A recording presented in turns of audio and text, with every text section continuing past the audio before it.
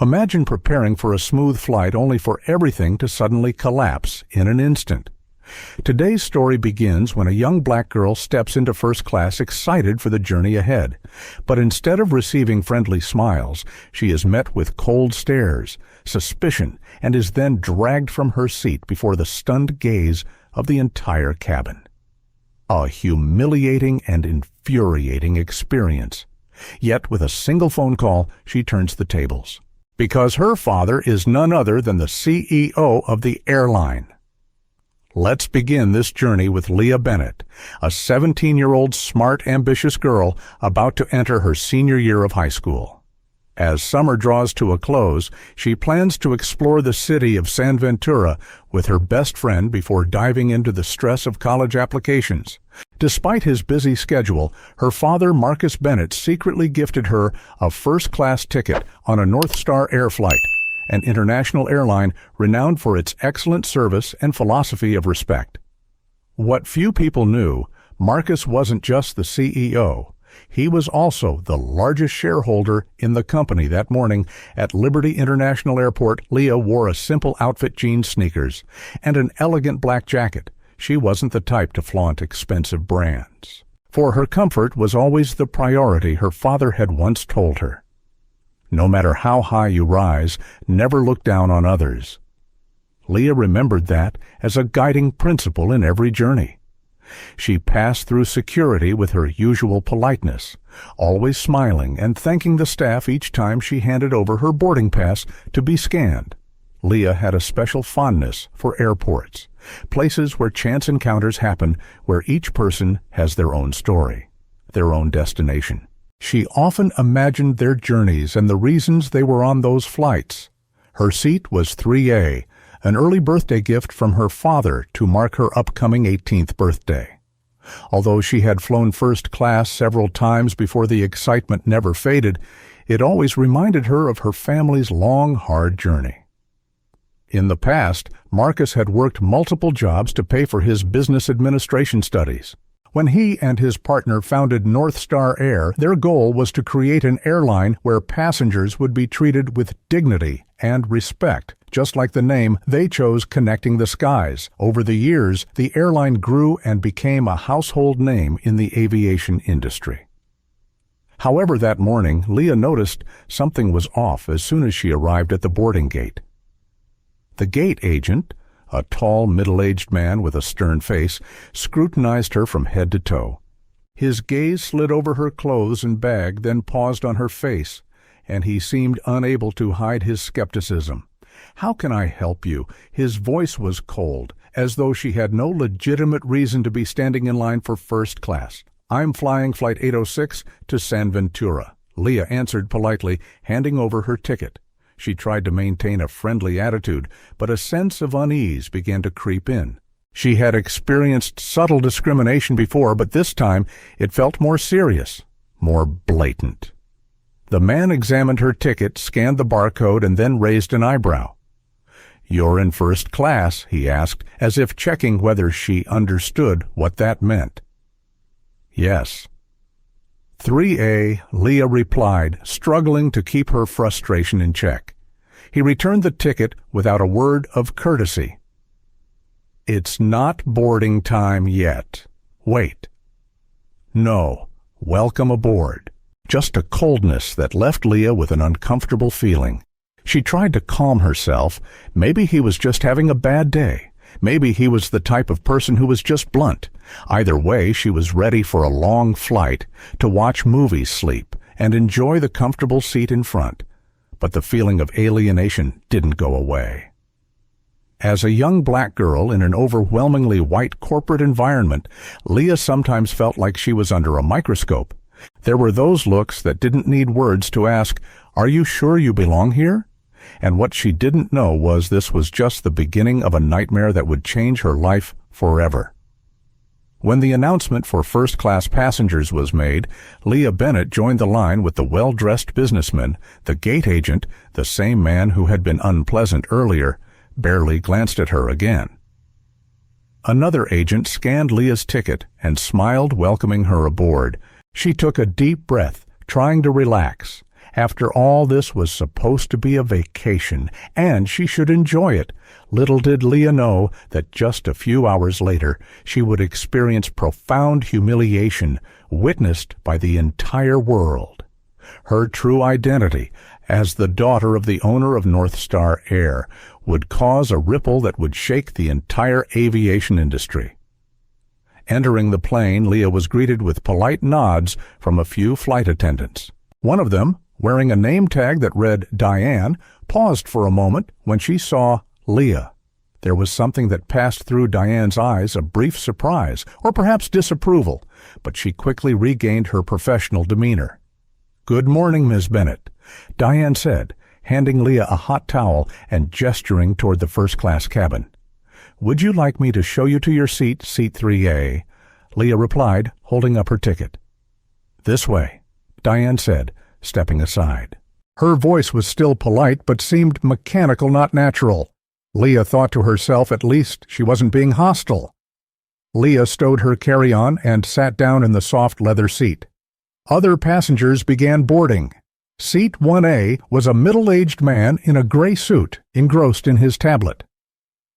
Seat 2C was a woman in a luxurious silk scarf, quickly flipping through the pages of a magazine. Leah put on her headphones, choosing to watch a documentary about the ocean world. She hoped to drift off for a bit. She had woken up at 5 this morning to get to the airport, but just as she started to doze, she felt someone standing next to her. She opened her eyes to see Diane again. "Would you like anything before we take off?" "I'll have an orange juice, please," Leah replied softly, though something in the way Diane was looking at her made her uneasy. Diane brought the juice along with a napkin, placing it on the armrest, and quietly walked away. A few minutes later, the plane's door closed. The engines hummed to life and the safety information began to play on the screen. Leah took several deep breaths. She always felt excited when the plane sped down the runway, when the ground disappeared beneath her and the sky opened up ahead. She leaned back, letting the soft hum of the aircraft carry her away. About 20 minutes later, the seatbelt sign turned off. Leah took off her headphones, stood up, and headed toward the restroom at the front of the cabin. As she returned to her seat, she briefly saw Diane whispering to a young male flight attendant. His name tag read Tyler. Both of them glanced at her. Leah pretended not to notice, but her heart skipped a beat. She sat back down, trying to breathe evenly, and opened the movie catalog again. But the unease was more apparent than ever. From behind, she began to hear snippets of phrases like security check and passenger information verification. She tried to reassure herself. Maybe they were talking about something else, but before she could finish the thought, Diane reappeared. This time, she wasn't carrying any food or drink. Her expression was serious, her lips pressed tight. "Miss Bennett," she began, her voice tense. "We need to review your ticket." Leah blinked in surprise. "Of course," she said, bending down to grab her ticket from her bag and handing it to Diane. "Is there a problem?" Diane stared at the ticket as though it might be fake. Her gaze moved from the ticket to Leah's face. "Where did you get this ticket?" The question dropped, making the air feel heavier. Leah frowned.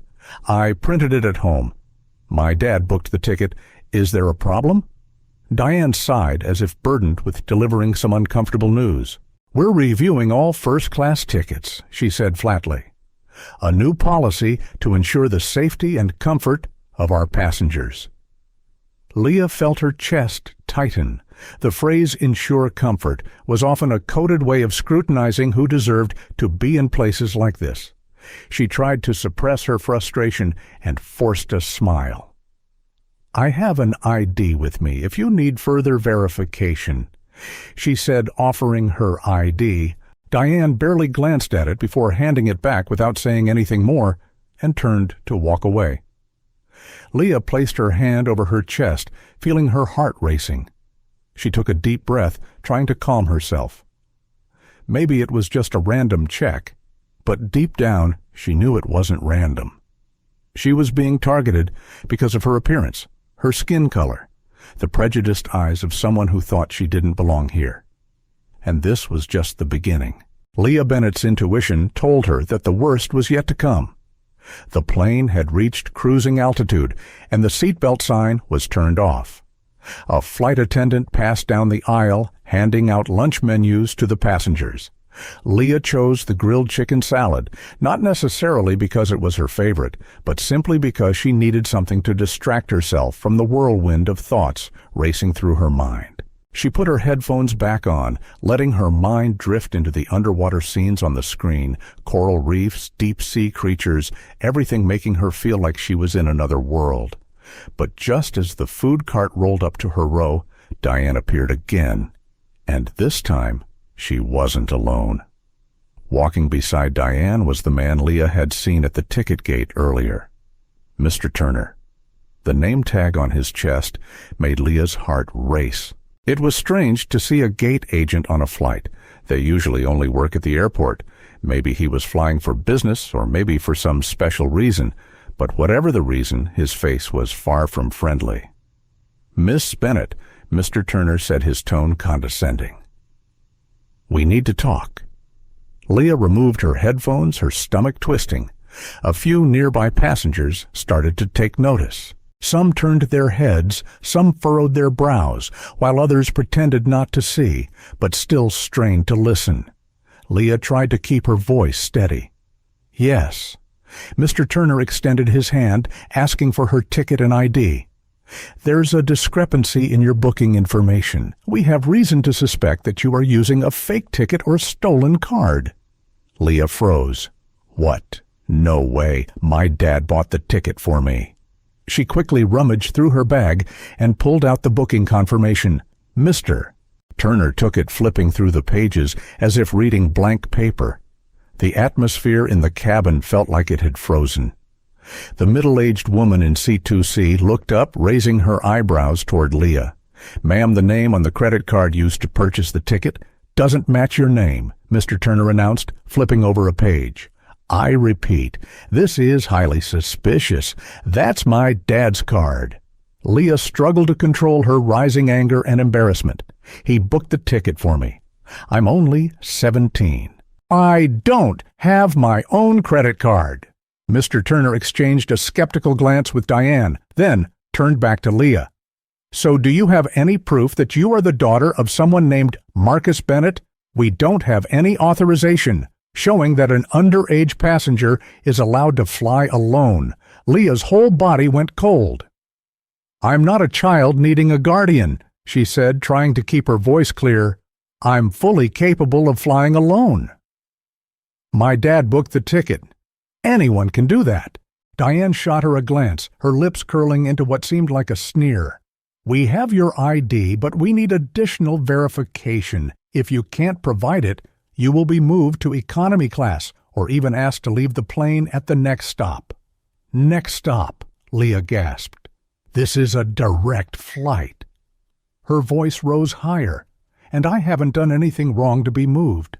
The confrontation was no longer discreet. Passengers in first class had all started paying attention. A few from economy were also peeking through the curtain. Leah's face burned with embarrassment. Why were they treating her like a criminal? Mr. Turner inhaled sharply through his nose. "We need you to come with us to the galley for a private discussion." Leah's heart pounded in her chest. She almost blurted out that she was the daughter of Marcus Bennett, the CEO of NorthStar Air.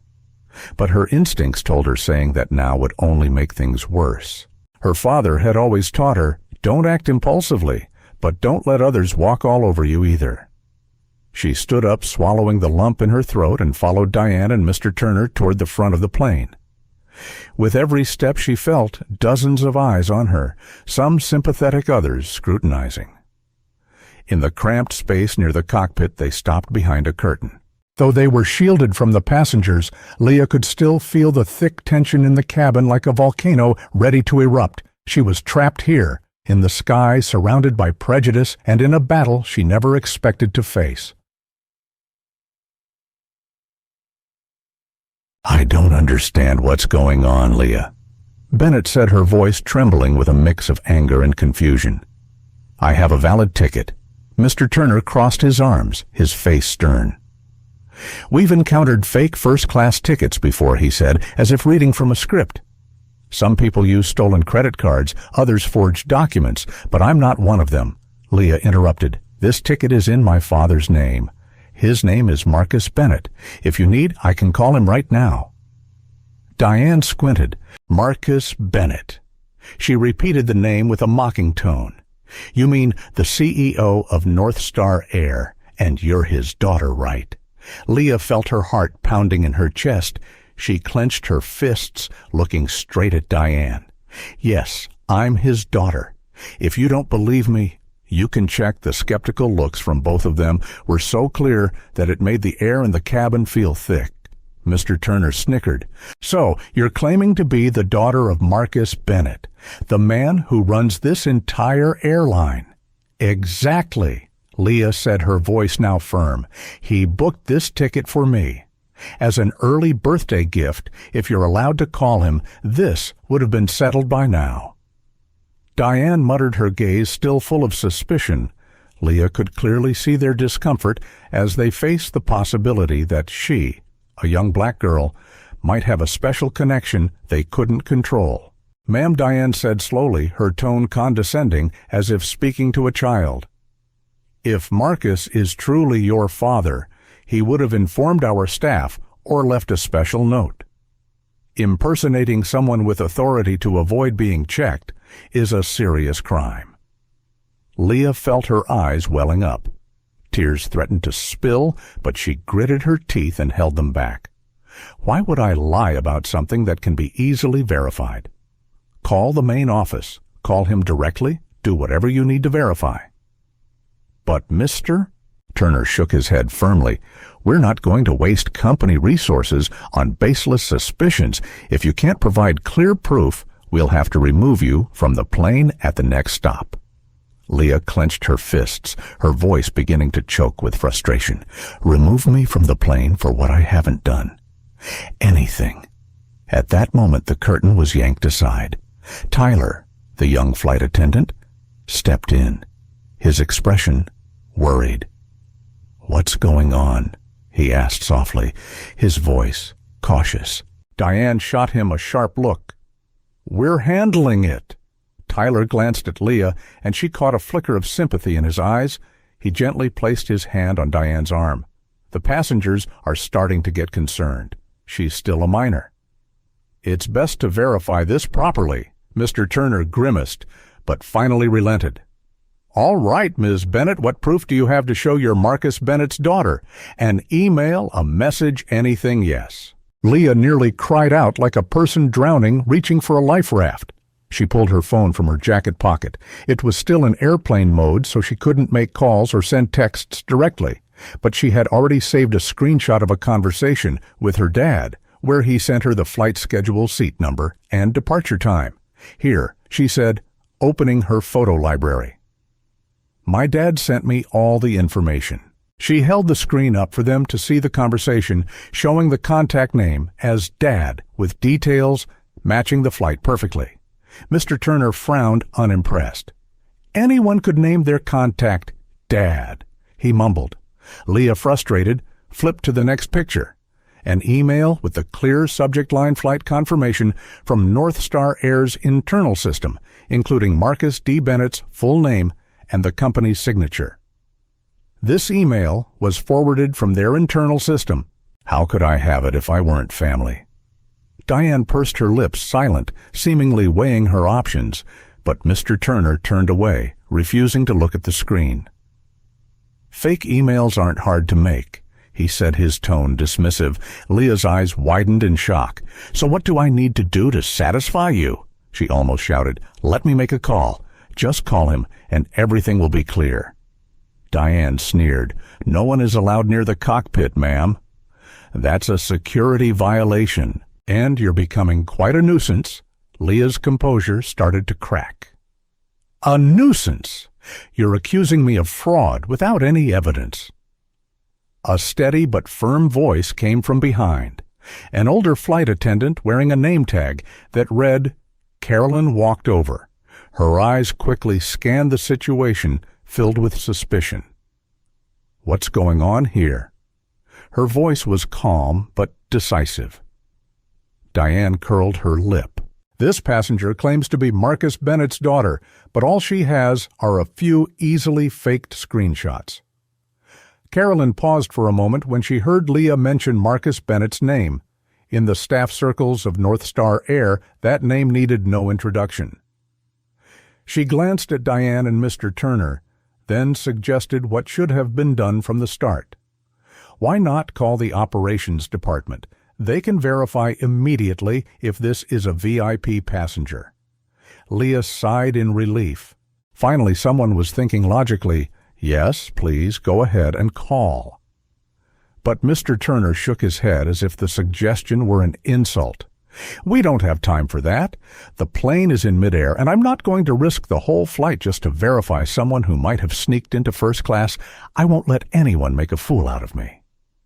Leah heard those words and her blood began to boil. She trembled, but struggled to remain calm. "Sneak into first class? My dad owns this airline." She was about to continue, but stopped herself. She realized that to these people, logic had no effect. "Look at me," she pleaded. "I'm no threat." Mr. Turner ignored her.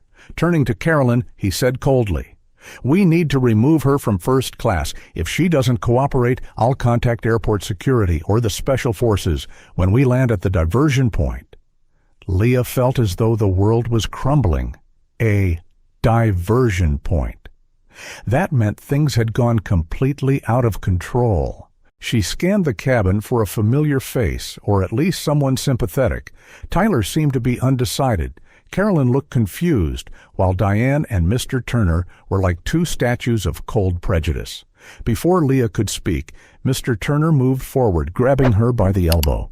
"Come with us." Fear hit her like a tidal wave. Leah jerked her arm back.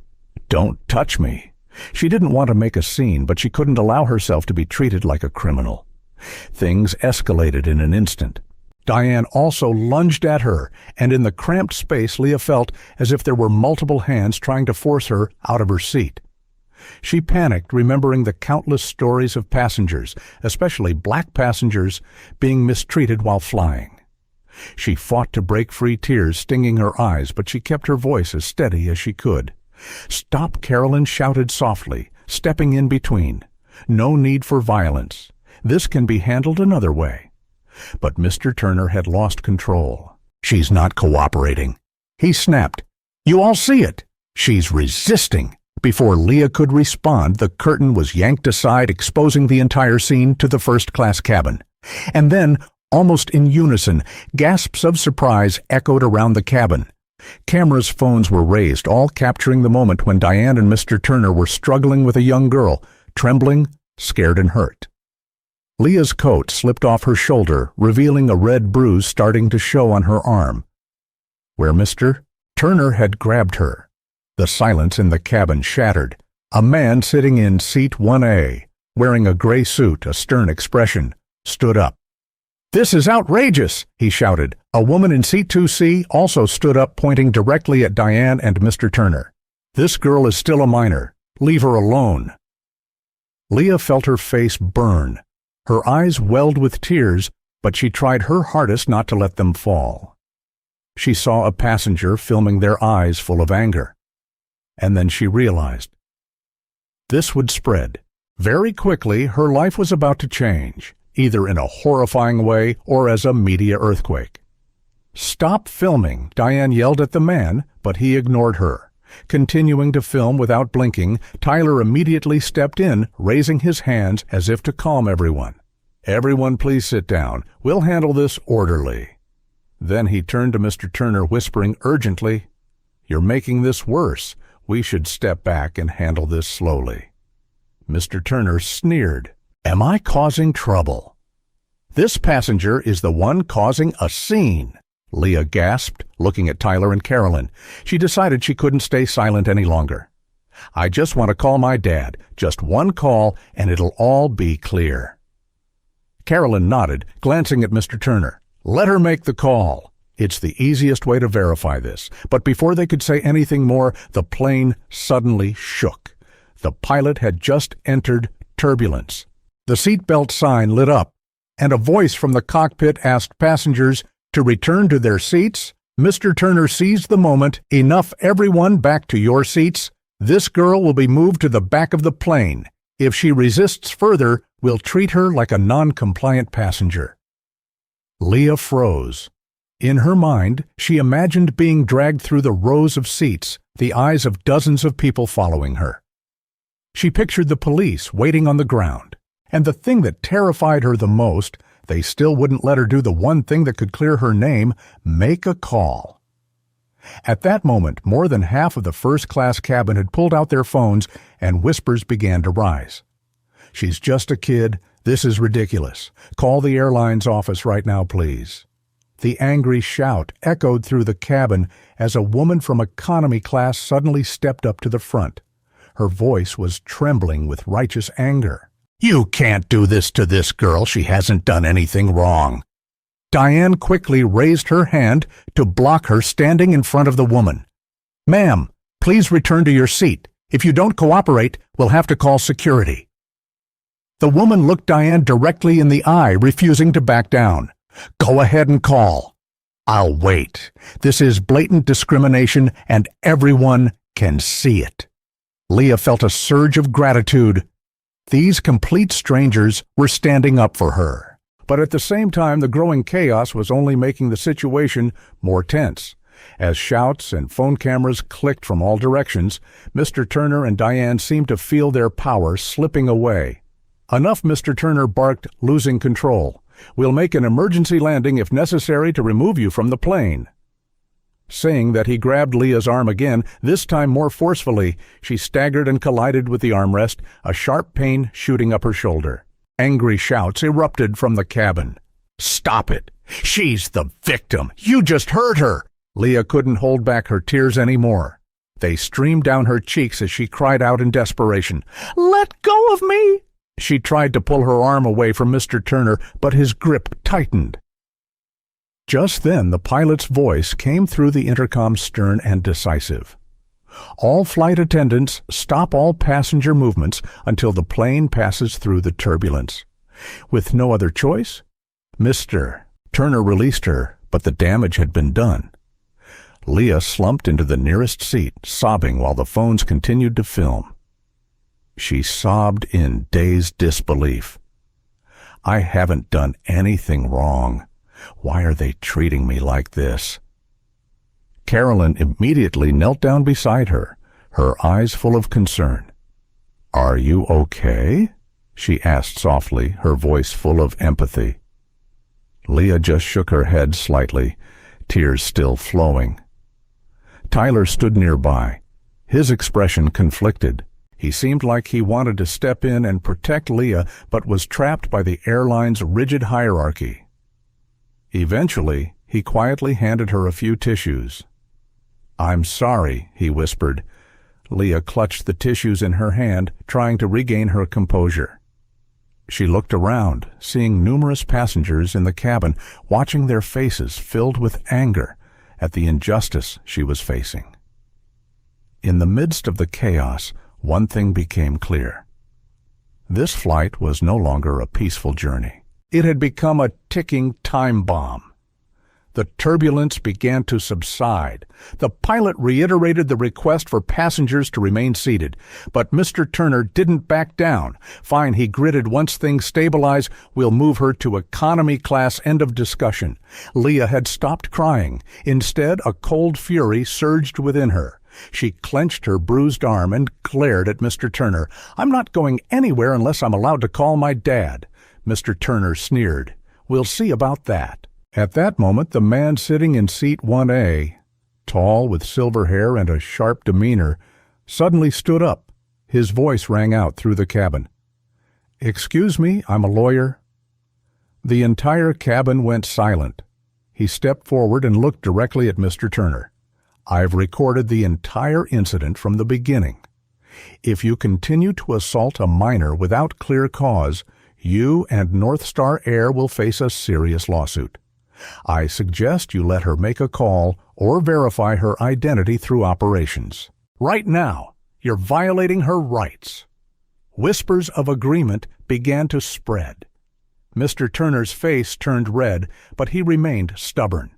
"Sir, this is a security matter for the airline." "We're following procedure," the lawyer shook his head.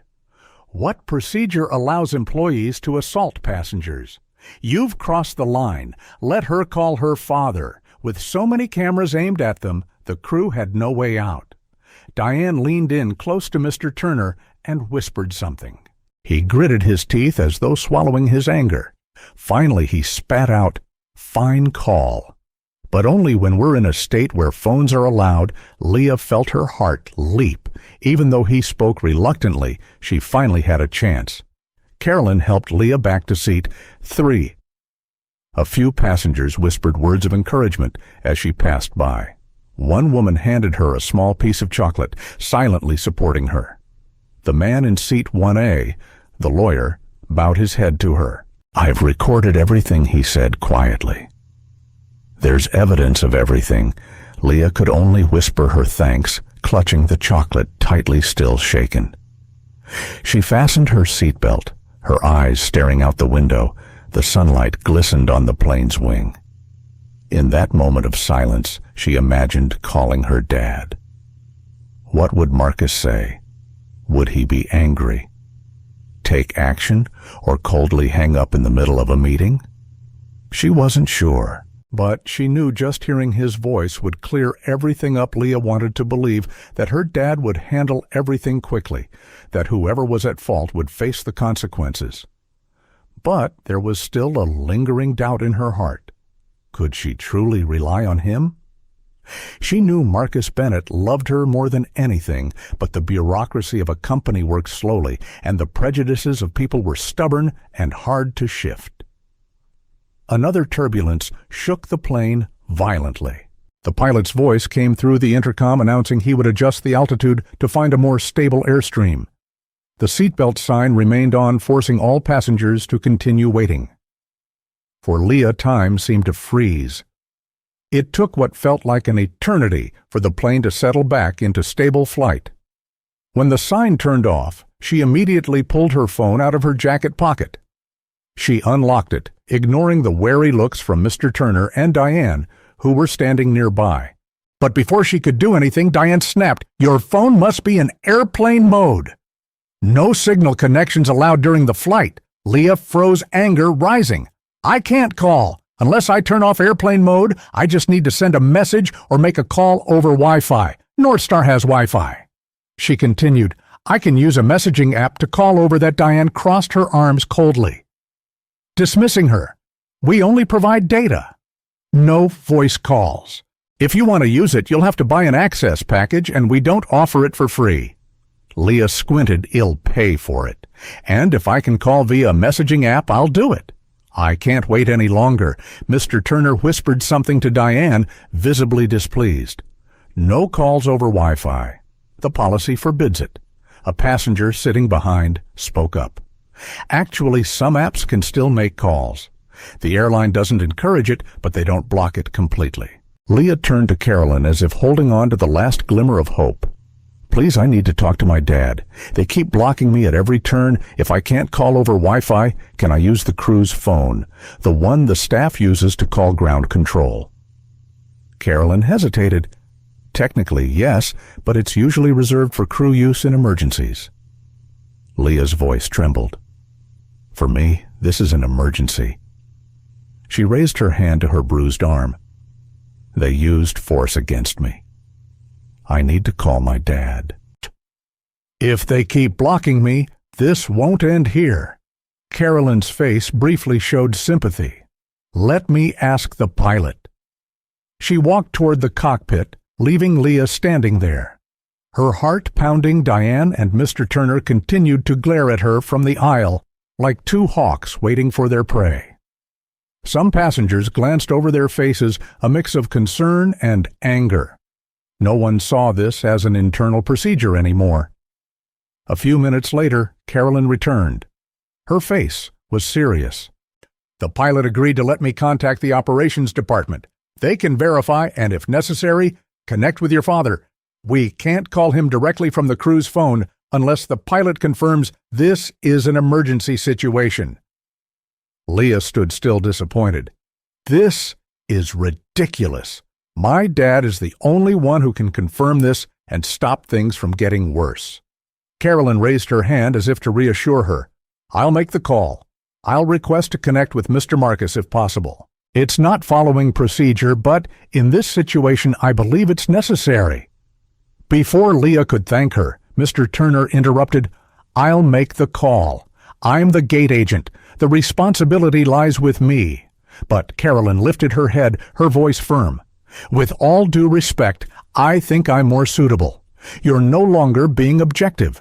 Mr. Turner pursed his lips and said nothing. Carolyn gently gestured for Leah to follow her to the cockpit. Each step Leah took felt like her heart was pounding in her chest. Carolyn picked up the internal phone, entered a code, and held the receiver to her ear. "This is Carolyn Harrison, lead flight attendant on Flight 806 to San Ventura." She said, her voice professional but tense. "I need to contact operations immediately about a passenger situation." Time seemed to freeze. Leah only heard her heartbeat in her ears. The seconds stretched on like hours. Finally, Carolyn spoke. "I need to speak with or message Ms. Ellison, Marcus Bennett's executive assistant CEO of NorthStar Air. We have a passenger claiming to be his daughter. Immediate verification is needed." Leah's heart clenched. Would they believe her, or would they dismiss her as a joke? Carolyn continued. "Her name is Leah Bennett. She says the flight was booked by Marcus Bennett. We need verification." Now a long silence followed. Leah held her breath. In her mind, the worst-case scenarios started to spin. What if her dad didn't answer? What if operations refused to connect? What if suddenly? Carolyn's eyes widened. "Yes, I'll hold." She covered the mic, turning to Leah. "They're connecting with your father's assistant, Ms. Ellison.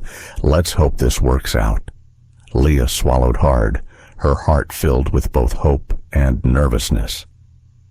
Now the truth was about to come to light. All she needed was for him to pick up the phone. Just one call and everything could turn around. Carolyn kept the receiver pressed to her ear. "Hello, Ms. Ellison," she said formally. "I have a passenger named Leah Bennett who claims to be the daughter of Mr. Marcus Bennett. She is requesting urgent verification." "Yes, she is right here." Leah nodded eagerly, her eyes wide with hope. Carolyn handed the phone to her. "Go ahead, but keep it brief." Leah took the receiver, recognizing Ms. Ellison's voice immediately, the personal assistant she had met a few times. The voice was calm and professional, but with a hint of worry. "Ms. Ellison, it's Leah. Please let me speak to my dad. I'm in trouble. They're saying my ticket is fake, and they're planning to throw me off the plane." Silence. Then Ms. Ellison exclaimed, "Oh my God, Leah, are you okay? Your dad's in a meeting, but I'll call him right away if this is urgent." "It's urgent," Leah quickly replied, her voice trembling. "I'm on Flight 806 to San Ventura. They don't believe I'm his daughter. They grabbed my arm and they said they'll kick me off." Leah heard shuffling footsteps and the sound of a door slamming shut. Through the line, Ms. Ellison whispered, "Hold on, I'll get him out of the meeting immediately." Leah held her breath, her ear pressed to the receiver. Just hearing his voice would make everything okay, and then, "Leah, are you all right?" Her father's familiar voice came through, worried but strong dad. Leah choked up, almost crying. "They're saying my ticket is a fraud. They're treating me like a criminal. Mr. Turner is here, and Diane too. They're saying I'm lying. They won't let me call. They won't let me prove anything. They grabbed my arm hard enough to bruise." She heard her father's sharp intake of breath through the phone. "What did they do to you?" "Leah, are you hurt?" She gently touched the painful spot on her arm. "Yes, a little, but everyone saw. The passengers. They all saw Dad. They're filming it. Her father's voice dropped clearly, trying to suppress his anger. Stay put. Hand the phone to the lead flight attendant. I want to speak with her. Leah handed the phone back to Carolyn, her voice still trembling. My dad wants to talk to you. Carolyn put the receiver to her ear. Hello, Mr. Bennett. This is Carolyn, lead flight attendant on Flight 806. First, allow me to apologize for the situation that has occurred. I just became aware of this matter. She listened carefully for a moment. Yes, I understand. Of course, I'll pass the phone to them. Carolyn glanced at Mr. Turner and Diane, both now silent, their faces pale. She turned to Mr. Turner. Mr. Bennett wants to speak with you.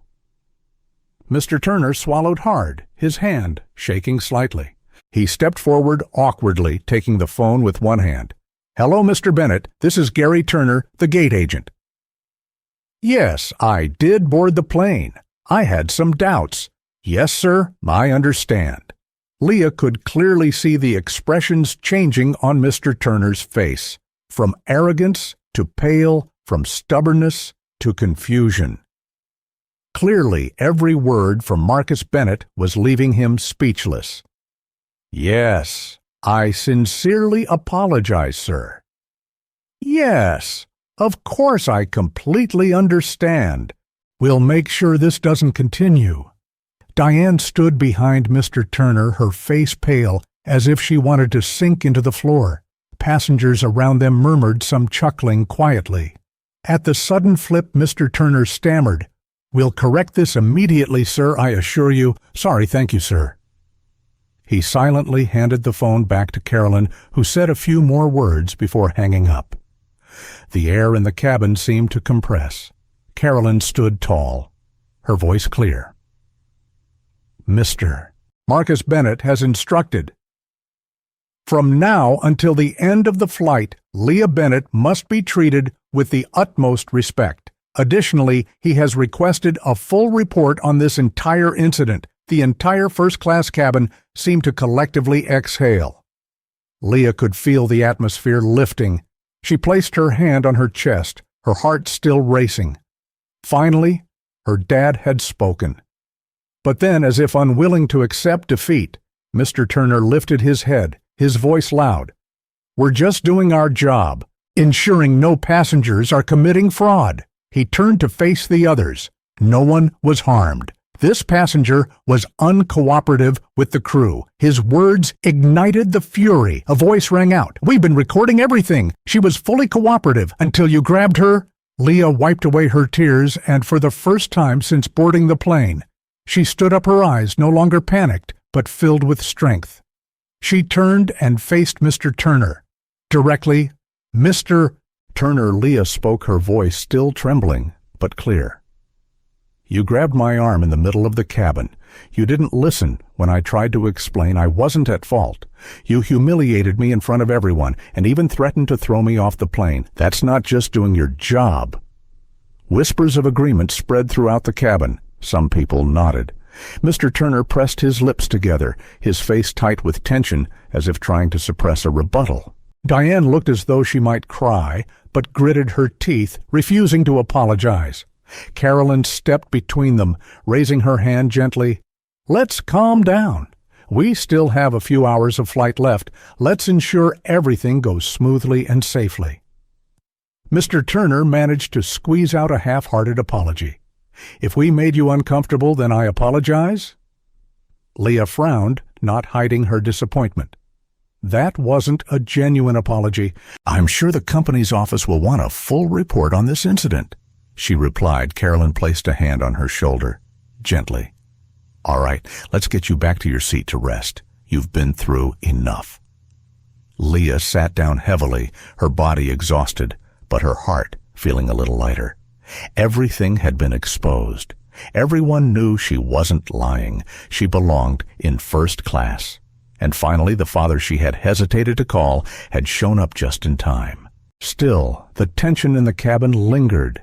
People whispered quietly, their eyes still on her, some full of sympathy, others angry on her behalf. Some passengers had already posted videos of the incident online.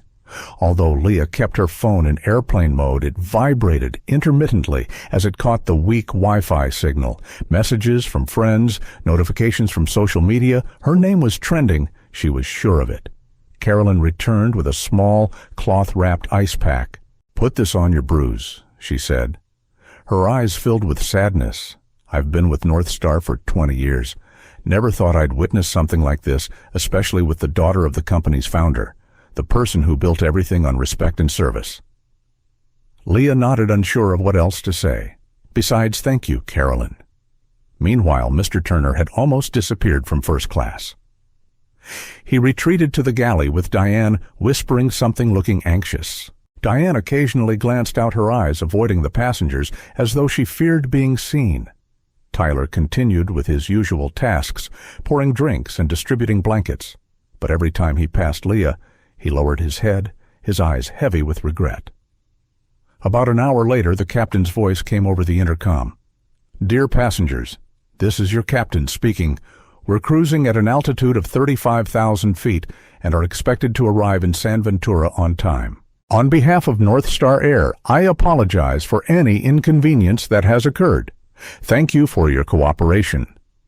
Passengers exchanged knowing glances. They knew this wasn't just an inconvenience. Leah didn't respond. She turned her head to look out the window. The clouds outside seemed to pass by as though she were in another world.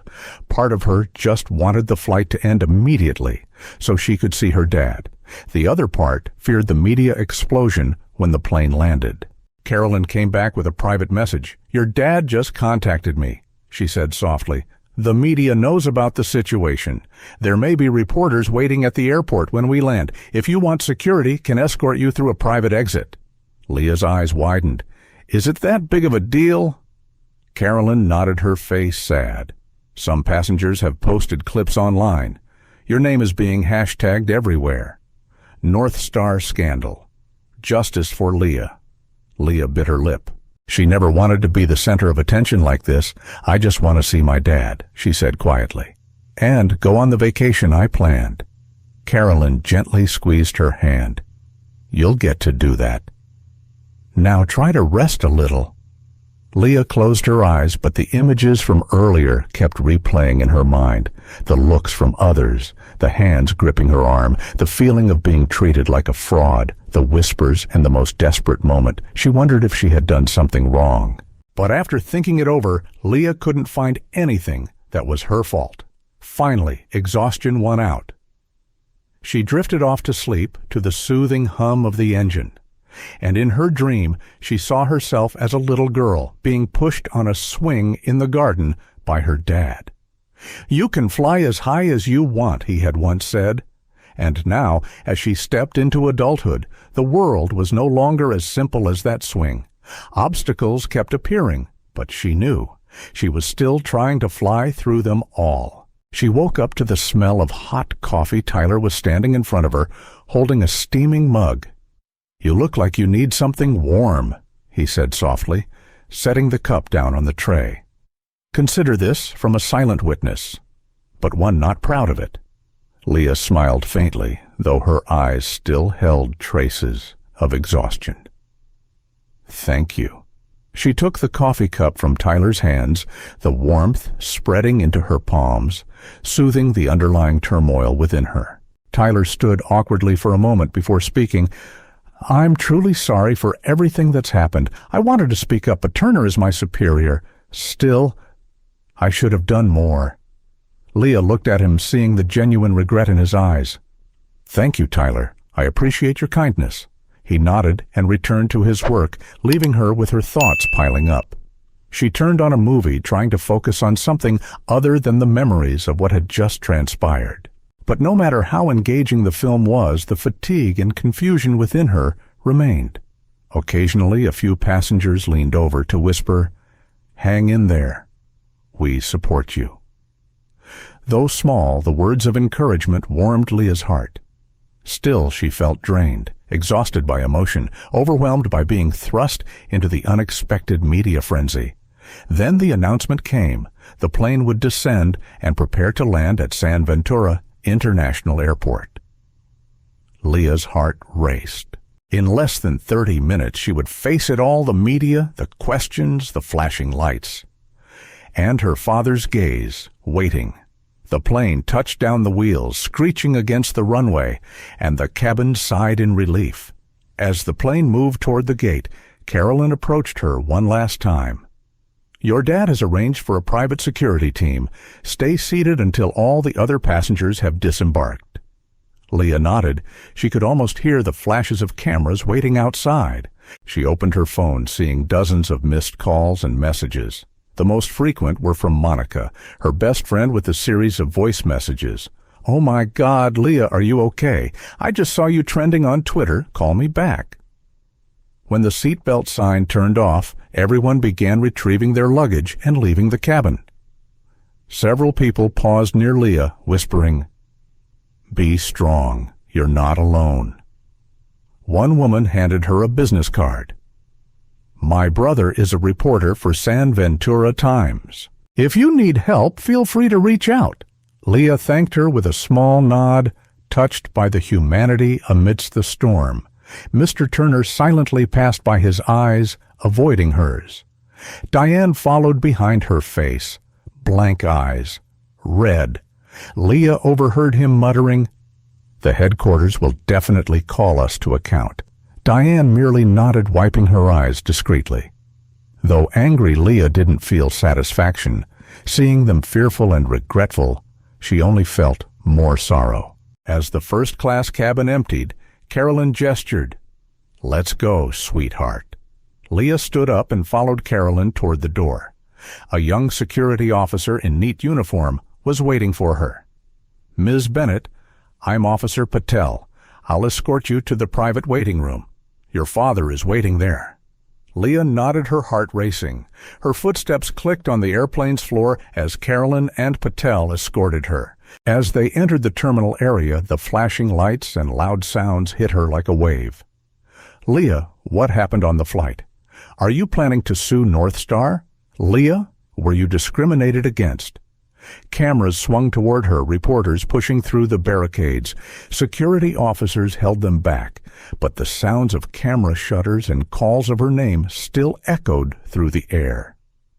The waiting room door opened, and there, dressed in a sharp gray suit, tall with an unmistakable presence, was her father, Marcus Bennett, the man who had spoken before thousands of shareholders, now just a concerned father.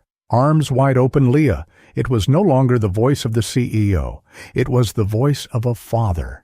He pulled her into his embrace, holding her tightly, as though if he loosened his grip, she might disappear. "My God, my daughter," he whispered, his voice faltering. "I'm sorry I watched the video. I can't believe my own staff did this to you. Are you hurt?" He gently lifted her arm, his face paling when he saw the bruise. Leah buried her head in his shoulder. The warmth, the familiar scent of his cologne, and the feeling of safety washed over her like the tide. "Dad, it was horrible. They didn't listen to me. They treated me like a criminal." Marcus sat her down on the sofa. Carolyn quietly left, giving them space. "I've been working with the board," he said, his voice turning serious. "Turner and Diane will have to report to headquarters for questioning. I won't let injustice and prejudice exist at this company." Leah sighed in relief, tears welling up. "Thank you, Dad." Marcus gently stroked her hair. "Are you sure you're okay? Do you need a doctor to check on you?" She shook her head. "I'm fine. Just a bruise. I'm more worried about my spirit. It feels like I've been torn apart in front of the world." Marcus's gaze turned sharp. "I've instructed the PR team to handle the media crisis. The storm ahead is unavoidable, but the most important thing is you're safe. Everything else I'll take care of." At that moment, he noticed Carolyn still standing nearby, maintaining a respectful distance. He stood up and extended his hand. "You're Carolyn Harrison, right? The lead flight attendant." He shook her hand warmly. "Thank you for helping my daughter." Carolyn gently squeezed Mr. Marcus's hand. "I was just trying to do what was right, sir. I'm sorry for letting things get this far." Marcus nodded. "I appreciate your courage. I'll remember this integrity." Leah sighed as if releasing a pressure she hadn't even realized she'd been carrying. She had feared that when she met her father, he would be angry and focused solely on the company's reputation. But the person sitting in front of her was not CEO Marcus Bennett. It was the father who had once hugged her in the schoolyard in first grade when she was bullied by her classmates. Carolyn left, leaving father and daughter in a brief silence. "So, what happens now?" Leah asked, her voice soft but determined. Marcus sat down beside her, his expression turning serious. "Now, we'll work with legal and HR Turner. Diane, and anyone else involved, will have to take responsibility. This won't be swept under the rug." NorthStar Air's reputation was built on respect and fairness. No one has the right to harm you without facing consequences. Leah nodded. I just want them to understand that what they did was wrong. And I don't want anyone else to go through what I did today." Marcus softened. "I'll make sure that message is heard loud and clear." He sighed. "The media will be fierce. You can choose to stay silent and withdraw, or speak out to help others understand what happened. The choice is yours. I'll stand by you, whatever you decide." Leah swallowed hard. "I'll think about it. But right now, I just want to breathe for a bit." Marcus nodded. "I've arranged for a car. Let's head to the hotel." Part 12. The storm fades and the light spreads. In the days that followed, Leah's story covered every major news outlet. The videos of the incident spread like wildfire. Online people were outraged. The media discussed discrimination and the abuse of power in the airline industry. Hashtags like "My Justice for Leah" and "NorthStar Scandal" dominated the trends for almost a week. At first, Leah felt overwhelmed. She holed up in her hotel room for hours, not answering messages, not reading the news. But then, with her father's encouragement and the support of thousands of strangers who spoke up, Leah made her decision. She wouldn't remain silent. With the help of Marcus's PR team, Leah recorded a simple yet emotional video. In the video, she recounted the events, thanked the passengers who protected her, and called on the airline industry to review their training procedures to prevent similar incidents. The video went viral. NorthStar Airlines, under Marcus Bennett's direction, acted without delay. Gary Turner and Diane were both suspended for investigation. After reviewing the video witness testimonies and internal reports, both were officially fired. The internal report detailed abuse of power, discrimination, and inappropriate use of force. Notably, with the help of the lawyer from Seat 1A, Leah had prepared the paperwork for a civil lawsuit against them. Things became even more explosive when it was revealed that Mr. Turner had been complained about several times before for rude behavior. Internal records showed he had been officially reprimanded at least twice. Diane, who had claimed she was just following orders, could not avoid responsibility. The video showed that not only did she stay silent, but she also actively participated in grabbing Leah's arm. In a press conference that followed, Marcus Bennett stood next to his daughter, facing a sea of cameras. NorthStar was founded with the mission of connecting people through kindness and respect. What happened to my daughter is unacceptable, and no one else should have to go through something like this. We will review all processes from the boarding gate to the passenger cabin. Every employee, from gate agents to crew members, will be retrained to ensure every passenger is treated with dignity. Leah stood silently next to her father, her hand gripping his tightly. The flashes kept going off, but this time she didn't shy away. There are moments in life that make us lose faith in humanity, but there are also moments like Leah's story that remind us that justice is not a distant concept. It is defined by those who dare to stand up even if it's just a 17-year-old girl in a first-class cabin full of skeptical gazes. Leah had no power, no microphone, no stage, but she had the truth, self-respect, and a father who wasn't afraid to fight for what's right.